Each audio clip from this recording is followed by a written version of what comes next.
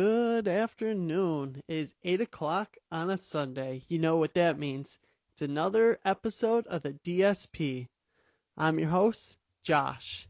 I have no announcements tonight because I want to give tonight's guest as much time as I can to let him talk. He's got a lot to say, and I'm really excited for tonight's guest. I'll let him introduce himself because he'll do a far better job than I could ever do. Let's see if I can get him in.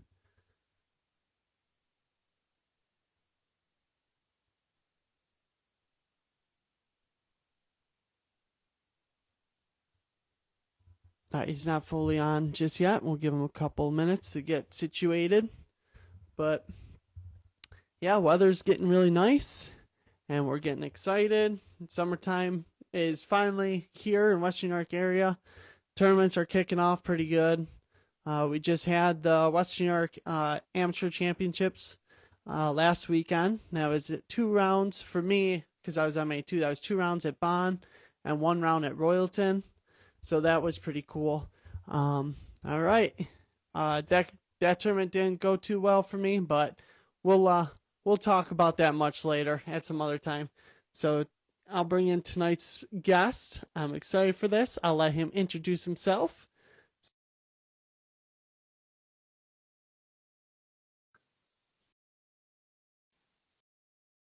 Let's see. Here we are. What's up? How's it going? Good, how are you? Doing good. I'll let you introduce yourself because you do a far better job of that than I could ever do. No worries. My name is Bobby Cool Daddy Slick Breeze. How are you doing? Doing really good. How about yourself? I'm doing good, doing real good. Just chilling on a Sunday evening, which is nice. Yes, that's very nice. So where did that nickname come from? Yeah, Cool Daddy Slick Breeze. So it's kind of a weird name, but back in high school, we were, of course, I was during a class period when we had a substitute teacher, and we all know what happens when you have a substitute teacher. You don't do much of anything. So I think we were watching videos or something like that, and me and a couple guys were just sitting around, just being dudes, talking stupid stuff, and I had said something, or somebody said something like real smart aleck, and someone said, "What are you, some kind of cool daddy slick breeze?" And we all were like, "Where did that? No one's ever heard of that. Where did that come?" And I never thought about it again. Maybe every now and then. It just was kind of a weird name, weird words to put together. And then when I wanted to be into media, I was like, I need to think of a name, something unique. And I went through different names and I went to see if they had, the websites, the .com. And then it popped in my head. I was like, Cool Daddy Slick Breeze. I bet you no one has cooldaddyslickbreeze.com. And yeah, sure enough, no one had that URL. So I thought, well, it's weird. It's a little long, but I'm just gonna go for it. And I wanted people to be excited about, once I got into disc golf, it was like I want people to be excited about being in a Cool Daddy Slick Breeze production. So I went with it and I stuck with it. And it's been weird. I've had some people say it's stupid, some people think it's funny. Most people call me everything but Cool Daddy Slick Breeze. A lot of times they'll call me Cool Slick, Cool Daddy Slick Breeze, or something like that. But it's a fun name, and I've stuck with it. Yeah, and it works perfectly, honestly. Yeah, It flows perfectly for you. yeah. I have fun with it. Yeah. So, where did disc golf start for you? How did you even decide one day, hey, I'm gonna pick this up? This could actually be kind of cool. Yeah. So like I said, at the beginning, I was doing media, something. I wanted to do some sort of videos. YouTube was just coming around. Facebook was just kind of coming around. And I was like, I want to get into this. Of course, I've always wanted to be in movies. I remember as a young kid, I bought a book called, I think it was called something to the effect of How to Move to Hollywood and Be Famous, or something like that. So I've always wanted to do that. And social media just kind of gave me the means to be able to do that on my own. So I had done some stuff for some realtors. I had done some internal training videos at a credit union I worked at with. I even had talked my CEO into doing a podcast internally. So I was learning things and doing really well. And a friend of mine had in Pawhuska, Oklahoma, had 2 disc golf courses he had just put in the ground. And he'd reached out to PDJ and said, I want you to have a national title tournament out at our place in 2009. So he reached out to me, Jim Taylor, said, "Hey, I need you to help me with the website. and maybe do some promotional stuff for the event. So I did that. I showed up, helped him with the website, took some video of back then. Joe Rotan had Twisted Flyer, and he was helping out with the event. He was with Innova, or still is with Innova. I believe he's still with Innova, and helped him out a little bit in doing the commercials. And I was like, man, this is really cool. I really like the community that I've met so far in Tulsa. I started doing some research. There really wasn't a whole lot of disc golf media out. I knew there was Billy Crump with Clash of the Titans, and I'd watched some of his DVDs, and I was like, okay, I can do that. I can do that. So I thought, you know what? This is my way to get in with media and into a sport just growing up, in a sense. I thought, this is where I'm going to make it. And so then I started doing stuff for PDGA, met Jeremy Rusko, was at a Dynamic Discs event, Showdown at the Lodge. He had music going. He had table with sweet looking merch and sweet dies. And I was like, this is the guy I want to connect with. So I connected with Jeremy Rusko and Dynamic Discs, did part-time for them from 2009. And then in 2014 went full-time and was with Dynamic Discs until 2021, the first time around. Nice. That's so Yeah. cool. Yeah. So, what actually like drew you to decide I want to like not only work for Dynamic Disc but also want to throw their plastic? Yeah, absolutely. So yeah, like I said, when I met Jeremy, I was like, I liked the way he ran tournaments. So I thought he was, he had a mind for business and a mind for having events and for people. And then my first event that I actually went out and did something for was in 2009, the Glass Blown Open. And when I was there taking photos and videos, I was like, this company's amazing. And then of course I got to know Eric McCabe a little bit more. I got to know Jeremy Rusko a little bit more, and a couple of other guys that worked at Dynamic Disc. Because at the time, I think there was only about 5 people working Dynamic Discs. Um, so I just really got along really well with all the people, and I really liked the way that they ran things. I liked their personality, the way they kind of had their outlook on life. And so that just kind of drew me to them. Now, like I said, I did stuff for PDGA, I did stuff for Twisted Flyer, Joe Ratan, but it just seemed like there was something with Dynamic Disc that I thought I want to help him, because I asked Jeremy, I said, hey, would you find value in me coming to more of your events and doing video and photo? And he was like, yes, we need that. That would be fantastic. He's like, in fact, why don't you start our YouTube channel? So I created the YouTube channel and started doing my first in the bag was with Dixon Jowers. So I did his in the bag, and then I would do some other throw videos, new tournament videos, and started doing tournament coverage. So it was kind of like I kept coming back to Dynamic Discs, and it just kind of worked out to do well with them. Now, it wasn't until much later that the plastic came out, and when that came out, I was of course already invested in Dynamic Discs in the company, and so I thought this is and it was great plastic, felt great. So I was like super pumped to be able to help continue build the business from a business that was just kind of an apparel business where we sponsored people and ran events to now we actually produce molds. That's really, really cool. Yeah. That's so cool. So, like, how has the quality of plastic changed since you were with them the first time, and now you come back? Has the plastic changed a lot? Is it kind of the same, Well, or the quality of plastic is the same. Now, some of the more of the now, like right before I left, we were starting to come out with the Royal line from Latitude 64. Then, of course, became the Supreme line. So just as I was leaving, we were getting into that, and I knew that plastic just felt so fantastic. I knew it would do really well. But as far as like the Lucid, the Fusion, the Classic, all that, it's still great quality plastic. The biggest thing I think is now we had the swirls. We had that before I mm-hmm. left. And the burst, we had that when I left. More of this orbit that I see now, that's not something we had, which I've seen pictures. Yeah, Yeah. I've seen pictures of it. It looks great, but to see it up close and up front and actually hold it, man, it looks so good. And then I've seen some of the splatter plastic they're doing, which looks great. So as far as the plastic, it's still high quality plastic, but as far as the effects that they can do with it has changed quite a bit. It has improved. The technology has improved. So it's really cool to see that. Yeah. So with all the new discs that are like, I'm noticing Dynamics really pushing out a lot of new discs right now. Which one is your favorite so far that you've thrown? Well, I've thrown the heist, and I really like that. It really reminds me of the trespass. The heist is going to be probably for me more of a wind distance driver. Probably not a distance driver, but a driver that I'm going to throw in some pretty good wind because it's going to be pretty stable for me.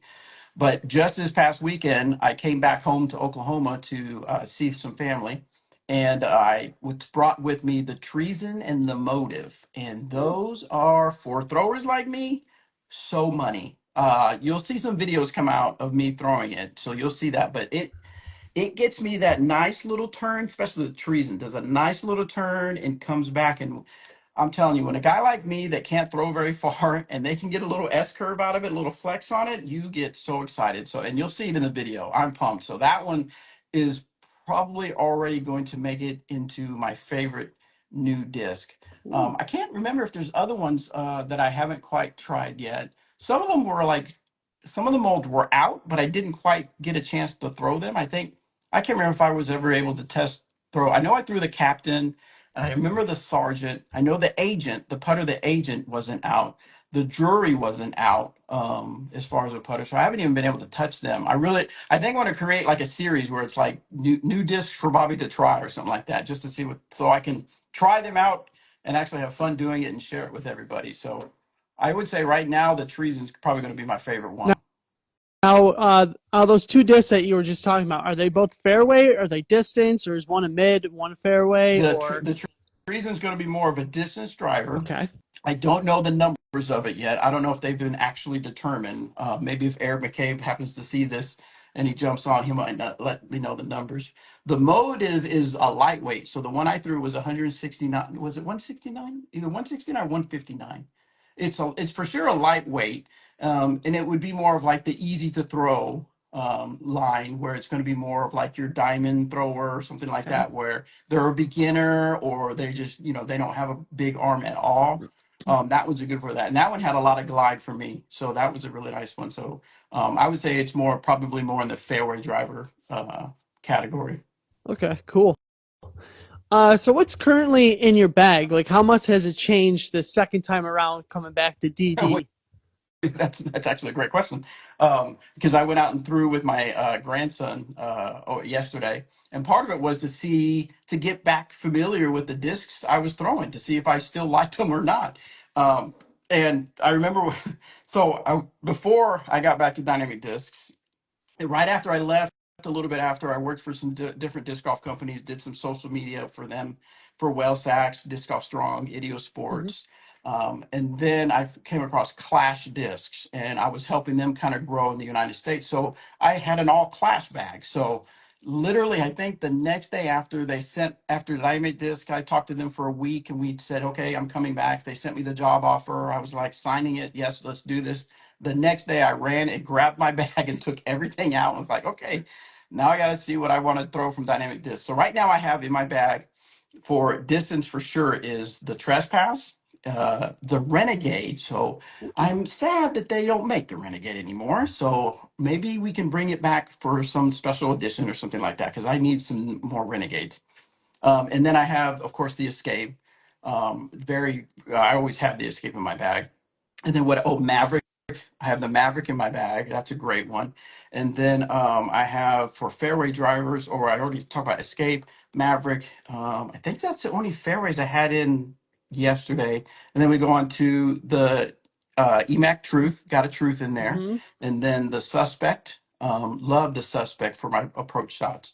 The Verdict for my little bit not quite overstable approach shots. Mm-hmm. And then I have a really old Dymax Fusion Judge that is so straight to understable, just a nice flight for me. And then for putting, I got my deputies. So that's that. It's just a small bag right now. Again, I'm trying to figure out what I want. As I go out and play more and do some filming, I'm sure I'll pick up some new ones or some not new ones, but some ones that are new to me or new to me again. I'll pick some up and see what else they got.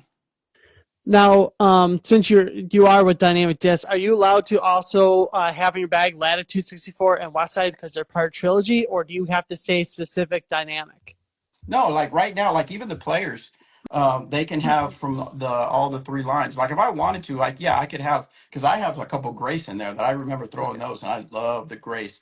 I think right now though I'm going to concentrate on Dynamic Disc because I am the brand manager for Dynamic Disc, so I want to make sure that I can talk on those discs really well. Now maybe after a while, after I've been throwing them for a while and refamiliarize myself with them, I might grab something from Latitude or Westside. But right now I'm going to concentrate and focus on Dynamic Discs. Okay, cool. Speaking of discs, what do you think of the trilogy challenge disc this year? Okay, so I needed, okay, so a couple weeks ago, me, Eric, and Jackie Morris, Jackie, who is the event coordinator, we went out to Soden's Grove and we did kind of a fun round. Sorry about my dogs barking. They're Oh, barking at something if you you're get. fine. But we went out to Soden Grove, which is kind of a shorter course. We did 3 holes regular, 3 holes where we had to blindly pick which disc we were going to throw, and then the last 3 holes we did some kind of trick shots with it. So the video is coming out on the Trilogy Challenge discs. But as far as my throw, I remember it was the stag. I do remember liking the stag. The throw of the stag looks like it's going to be a nice thrower for speeds like me. Of course, the peak was interesting. I didn't really get to throw the peak a lot. I noticed when Eric threw it, it was still a little. Now they were brand new, so they were still had a nice stability to them when Eric threw them. So they're going to be really overstable for me. But I didn't really throw them. I just used them as a putter. And we know when you putting, there's not a lot of difference whenever you're just 20, 15, 10 feet away. Yeah. So I didn't really get to try out that a lot. And then the truth. I mean, the truth is the truth. So I love that disc for a great utility disc. Nice straight flyer for me, for sure. So the truth was just the truth, not the EMAC truth, correct? Correct. Yeah. Okay. Yeah, I always prefer the EMAC truth over the truth because I need that little extra stability. Yeah. Yeah. For me, it depends on the shot. If I need it to go nice and straight, I'm doing truth. But for me, yes, if I need a little more stability with it, I grab the EMAC truth for sure. So I've been trying to ask this question to a bunch of people, comparing because like I putt and throw with the maiden. So I'm trying to figure out how that compares to the peak. If they're similar, the same type of disc, but it's just I don't remember. different. I don't Or remember. How does the maiden throw for you? the maiden when I throw it, it's dead straight with with a nice overstable little fade at Okay. the end. Now I've been told again. I haven't thrown it hard much myself, but I was told it's basically the peak is a pure with no bead. No, or with the bead. Is the pure. The pure doesn't have the bead, and I think the peak has a bead. So I think that's kind of the major difference.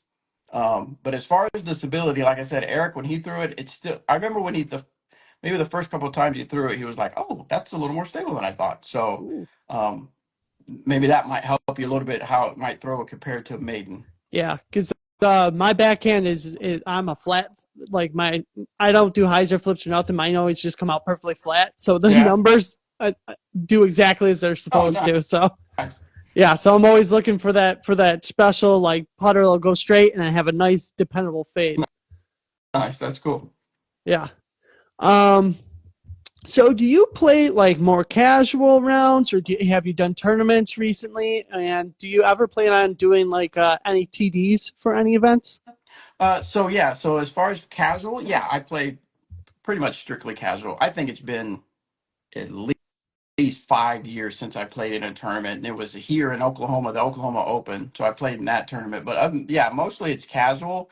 And before I got came back to Dynamic Disc, I was working at a Shields. I don't know if you ever heard of Shields. Mm-mm. Kind of okay, so it's an all sports store, similar to a like if you took a Dick's Sporting Goods, a Cabela's, and put them together. That's kind of what you get with the Shields. The one here in Tulsa was a 313,000 square foot store, so a huge store. Had a 65-foot Ferris wheel in the middle of the store, so we're talking very very big store. So, but anyway, so I was working there, and I actually, when I started there, they were doing the grand opening. They hadn't even opened yet. They were just working on the building. So I was like super busy. So I hardly ever got to play disc golf, if even at all play disc golf. So it's been a long time even playing casual. So that's been the awesome part is getting back, playing with the people back in Emporia, and then of course getting back with my grandson playing out there because he loves playing disc golf. He went out and brought a brand new. He traded in a bunch of sports gear and got a brand new Ranger bag as he was so super excited. I was back with dynamic discs. But I would like to play some tournaments. I think that's one thing I want do is like play a few tournaments to see what my rating's at, and then makes use it as some way to kind of say, okay, let's see if we can improve my rating. How fast can I improve my rating? I think that'd be kind of fun to give myself a goal to do. As far as running tournaments, I've never ran a tournament. I've never even been an assistant, but I've been like at tournaments with people and kind of helped them out. So I'll probably do more of that, where I just kind of help people and support them as they run events. That's pretty cool. So, what other things do you do for like DD? Like, do you have any podcasts that you do? Yeah. Yeah. Any type of more than YouTube or? Yeah. So before my role, I was the media director. So a lot of it was more media focused. So a lot of it was the social media platforms, a lot of the commercials that you saw maybe on Disc Golf Pro Tour. I would have some sort of hand in it, and then I had Danny and Anthony working for me, and how we would produce a lot of the content you see out on YouTube. And really a lot of it became produce something for YouTube and then produce little stuff for Instagram. I would give the direction of what should we show on Instagram as far as pictures. Now, as brand manager, very, very similar. Whereas I kind of have the direction that we go for as far as social media. So yes, we have the podcast, the Disc Golf Answer Man podcast that I love. That's one of my most favorite projects. And then we'll have YouTube. We'll have series. We'll have the Is This Disc Right for You? Where for now it'll be me and Eric McCabe. We'll pick out the molds and we'll throw them. That way you can see what it throws like for somebody who's a pro and someone who's more on the casual side.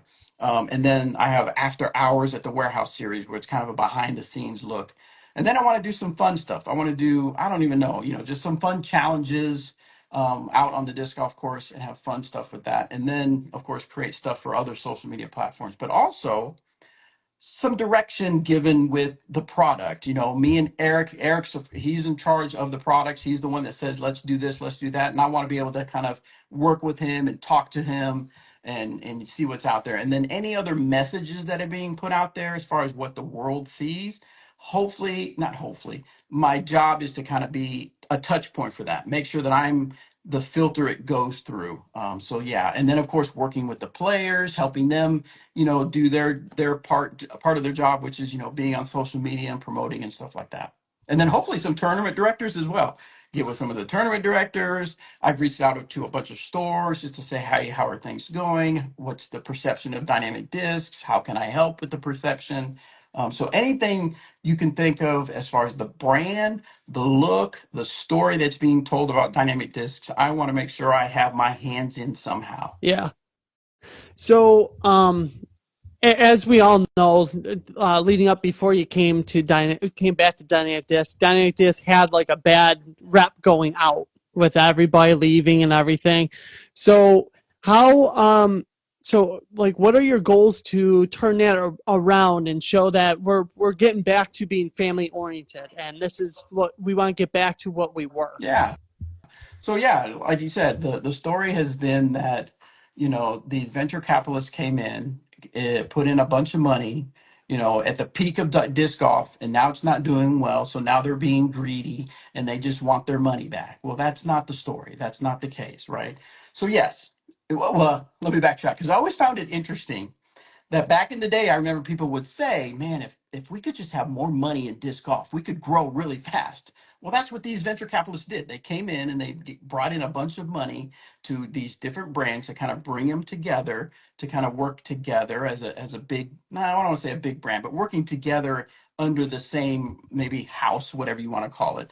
But and then disc golf started going, the COVID bubble they call it, where COVID, people, there was such a big explosion, and now it's kind of going down, kind of evening out, kind of correcting the course, as they say, or right sizing, they would say.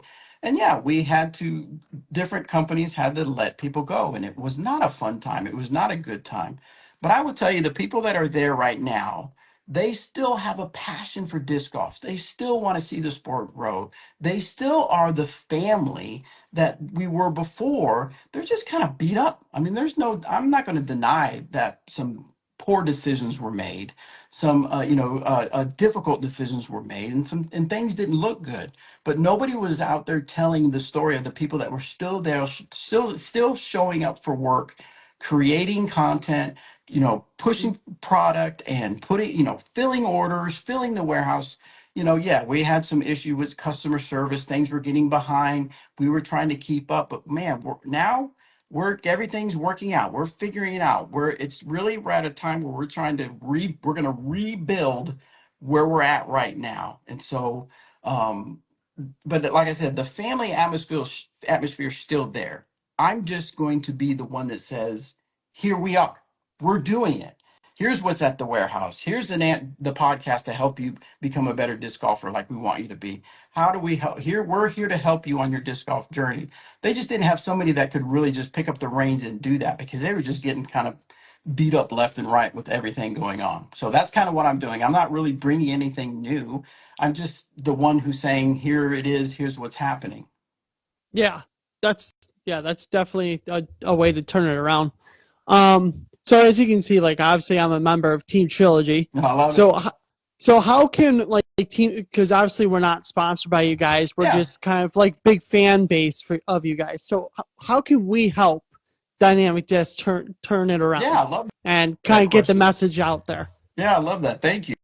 So first of all, Team Trilogy guys, you guys are amazing. I remember when that first came together and just some of the stuff that was in the group and the support that you guys, and then I remember the last GBO I was at where I had thought about maybe should I still be there? Do I want to go back to family? I was going through some challenging times for sure. But I remember at the Glass One Open we had a Team Trilogy meetup where it was just a big I think we ordered like barbecue or something like that, and it was just all Trilogy people there, and it just felt so good. And I remember telling them that you guys might be excited to be here, and I think that's awesome, but we are double excited to have you guys here because you guys are part of the lifeblood that keeps us going and keeps us going, wanting to do the best we can do.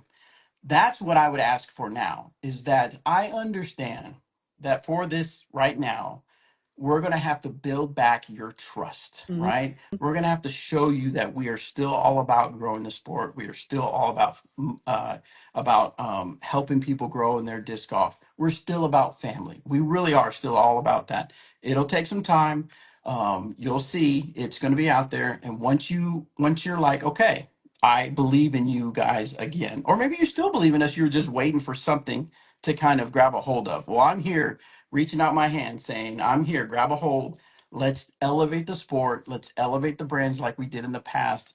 And then, whatever you can, any ideas you have, obviously reach out to me with any kind of ideas. All right, cool.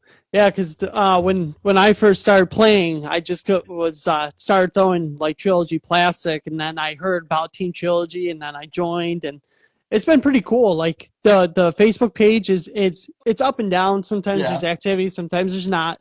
But the day that you signed back with Dynamic Disc, it blew up all over the page. He's finally back. We're getting back in business. I'm like, oh, okay. I gotta find out who this guy is because I'm a COVID player.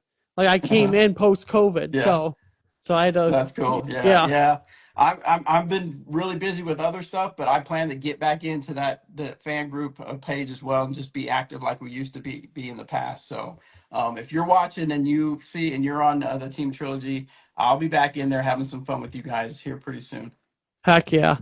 So, the Answer Man podcast, I kind of just recently stumbled upon it because I'm a podcast junkie, and that's why I listen to a lot Yeah. at work. So, what is it for people who don't know about Yeah. it, and how did it start? Yeah. It was back in, I believe it was 2014. I was trying to figure out different ways, and I wasn't, well, no, was it earlier than that? No, it had to have been around 2014, I think.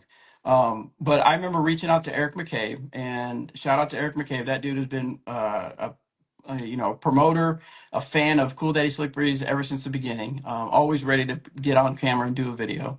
I was like, dude, we need to do a podcast because there was only like, excuse me, pardon me. At the time, there was only maybe 5 disc golf podcasts. I think it was Local Route. I apologize, I can't remember the other people's podcast, but there wasn't very many. And so I thought, let's do a podcast. And he was like, well, what are we doing on? I'm like, well, I don't know. Let's let's have people, let's help people get better at disc golf? Because I know people want to get better at disc golf. Let's do a Mhm. Q&A where people actually call, or not call, send in their email or send in some sort of question, and you answer it and you help them. And we're like, all right, perfect. And that was a great way to have content, right? The people basically give us the content. And so we started it, we put it out there. I can't remember where we put it out there, probably Facebook somewhere. We got maybe 6 questions, and we had a blast, and we just went from there, and it just kind of grew from there. So yeah, it's the basic of it is we just want to help you get better at disc golf wherever you're at. We want to meet you where you're at in disc golf and help you improve, whether that's practice routines, picking the right plastic, picking the right mold. You just started out, you're getting ready to start a tournament, or you're running a tournament, you're not sure about running a tournament. Any questions at all, we want to help you. And then it kind of evolved into where I worked for Dynamic Discs, so we would talk about Dynamic Discs and Latitude 64 and Westside Discs. And so when people would say, what's the best distance driver? Of course, we're going to talk about the brands that we represent. Now, if you want to talk about, Innova or Discraft, a question about that, we'll answer the best way we can. But we may not be quite familiar with the mold you're asking about. But we're not going to shun you away because it's a different brand. We're all about just growing the sport. We just happen to know more about our brands than the other brands.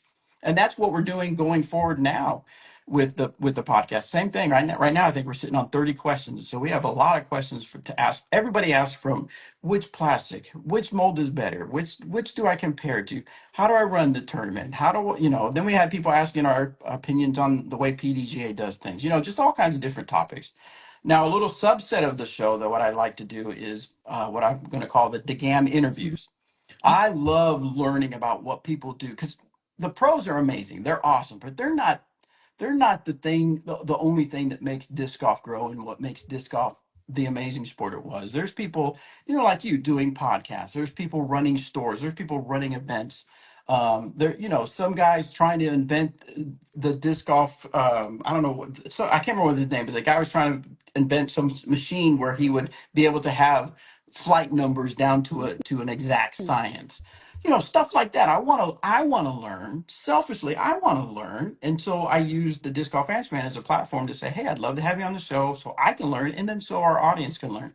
So, we had Jackie Morrison on there talking about how to run events after she had just run the Glassman Open, and then she's Yes. preparing for Junior Worlds.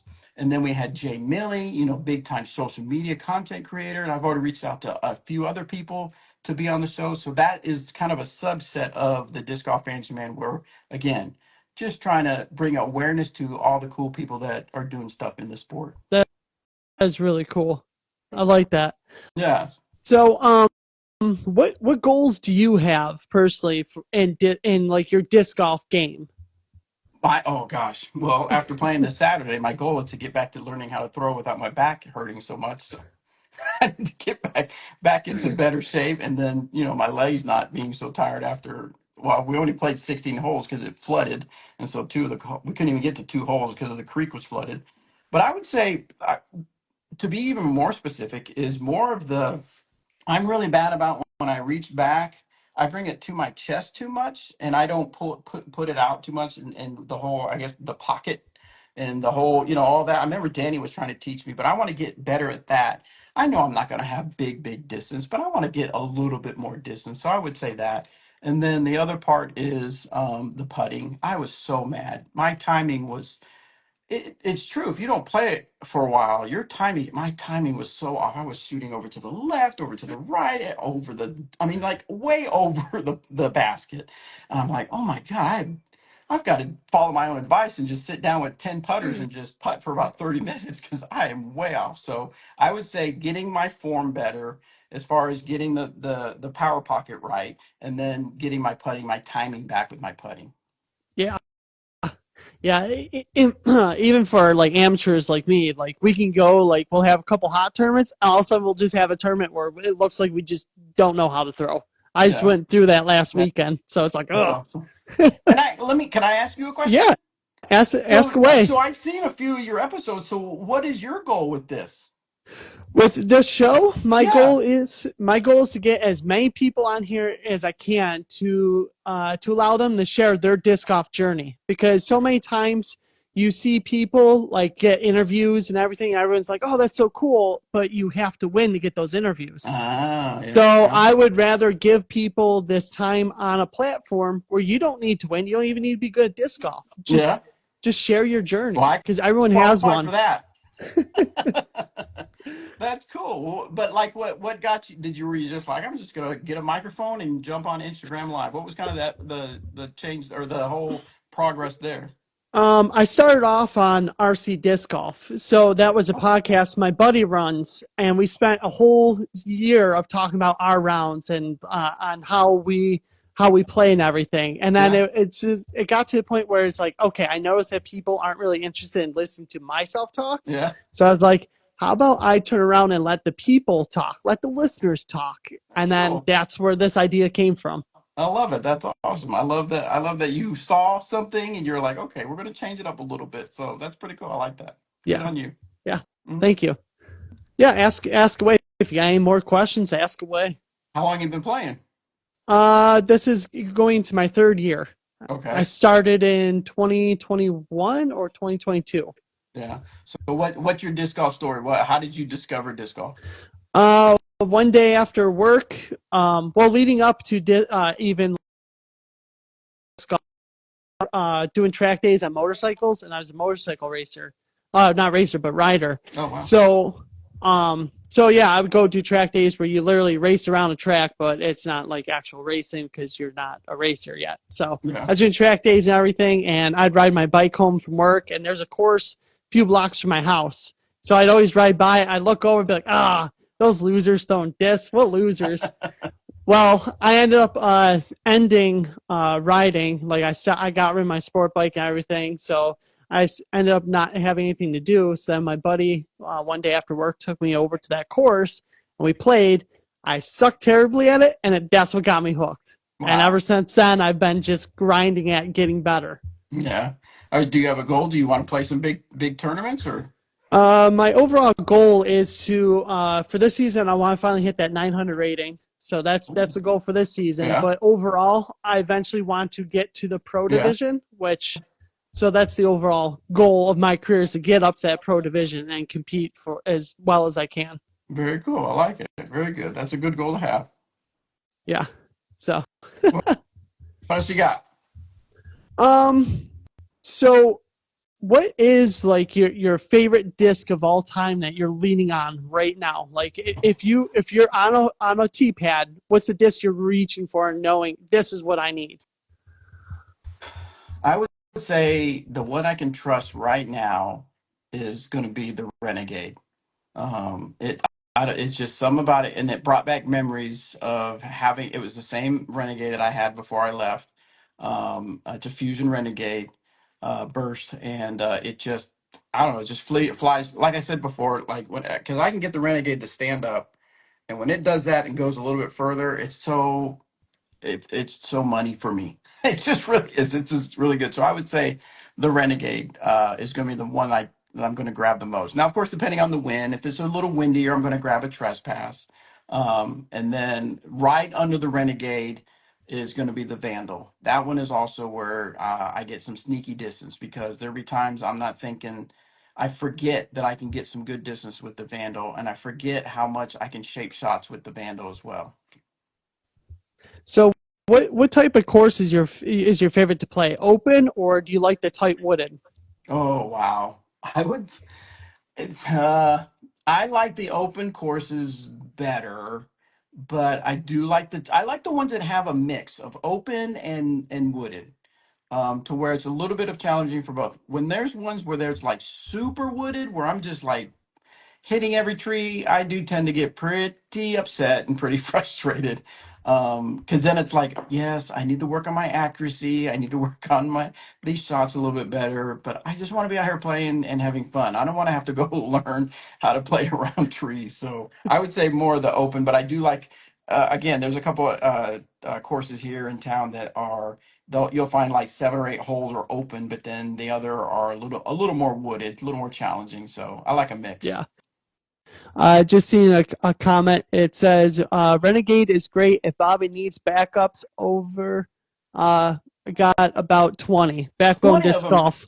Yeah, he's Woo! got about Nice. 20 of them if you need Nice. them. Well, I'm hoping I can find some in at the warehouse. Maybe we got some laying around that I can pick up. So that's awesome. 20 renegades. I think I only have maybe three or four. I have one that I bet he doesn't have. It is, where did I put it? Hold on, hold on.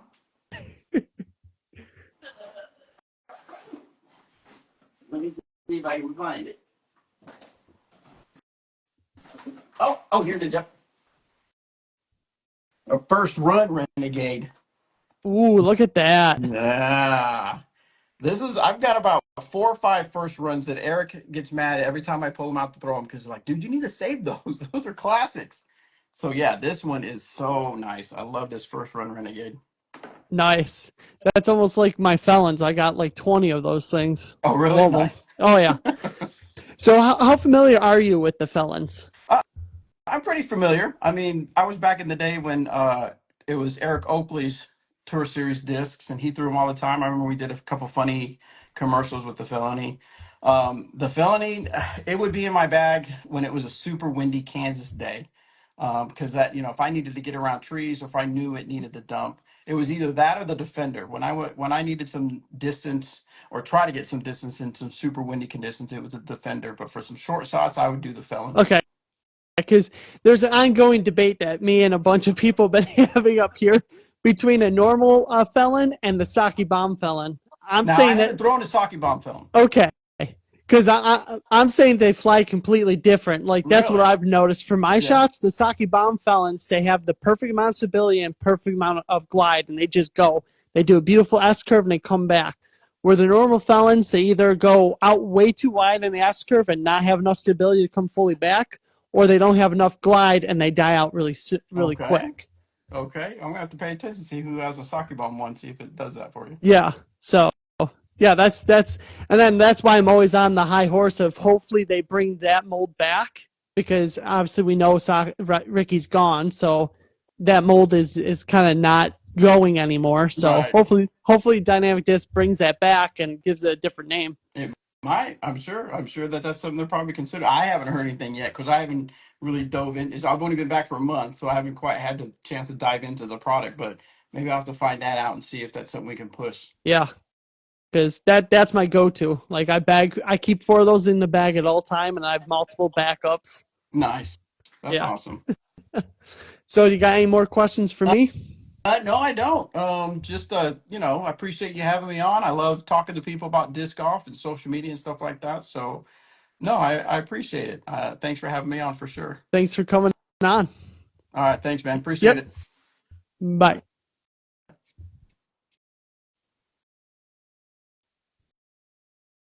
Cool. Thank you for tuning in, everybody, and I'll see you next time. Have a good night.